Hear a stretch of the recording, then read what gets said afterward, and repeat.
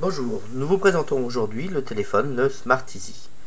Le Smart Easy a tout d'un smartphone au niveau de la taille, comme vous pouvez voir. C'est vraiment la taille d'un smartphone. Par contre, c'est pas un smartphone puisqu'il n'a pas d'Android à l'intérieur, entre autres, et il n'a pas d'internet ni de MP3 ou de lecteur MP4. C'est en fait des fonctions d'un téléphone traditionnel. Donc, pour faire le tour du téléphone, déjà vous avez une touche SOS sur le dos du téléphone. Pour voir la taille du téléphone, donc vous avez un écran de 3,5 pouces ici, tout à fait comme un téléphone smartphone. Il est fourni aussi avec une base de chargement. Voilà. Si on rentre pour rentrer dans le téléphone, on va rentrer dans le téléphone. Vous voyez là par exemple le clavier est bloqué et c'est simple parce que c'est vraiment très clair. Il suffit d'aller dans ce sens-là. C'est très bien indiqué.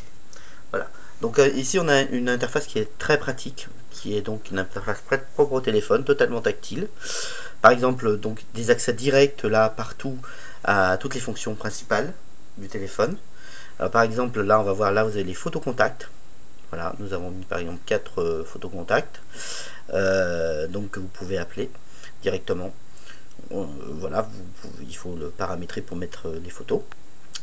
Vous pouvez paramétrer les photos en passant par une micro SD card qui est fournie à l'intérieur déjà du téléphone.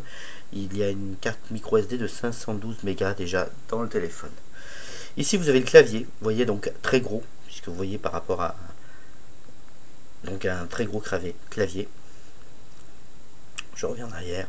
Ici vous avez les contacts. Donc là vous avez les contacts photo ou tous les contacts un par un, comme vous pouvez voir. Voilà, je fais le retour par là. Ici j'ai des accès différents à différentes choses les plus importantes. Donc l'appareil photo. Voilà. Et là je peux passer, je peux prendre une photo ici, et ensuite si je regarde je peux faire des réglages, faire différents réglages, je peux passer à l'enregistreur vidéo si je veux, donc enregistrer des vidéos. Voilà. Ensuite vous avez ici le calendrier, donc accessible aussi directement, le réveil, accessible directement, les SMS, voilà, accessible directement. Donc plein de choses assez pratiques. Si on fait le tour encore du téléphone, ici vous avez le bouton d'allumage.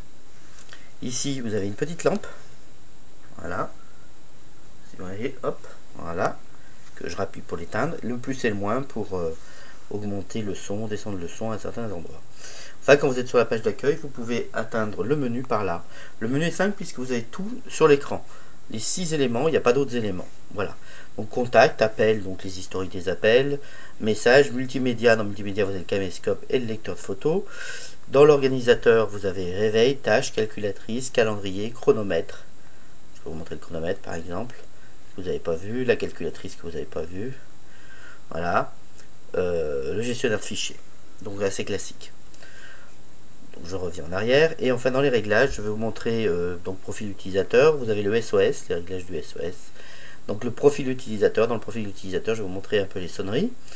Donc j'ai choisi général, je mets option, je fais personnaliser, sonnerie seule, la sonnerie ici, donc j'ai la sonnerie après, voilà.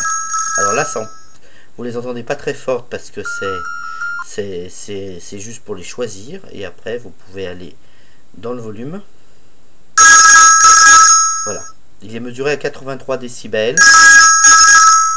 Il est mesuré à 83 décibels à 1 mètre au maximum, hein, et plus 35 décibels si quand vous passez en main libre. Voilà pour ce téléphone, donc le Smart Easy. Voilà.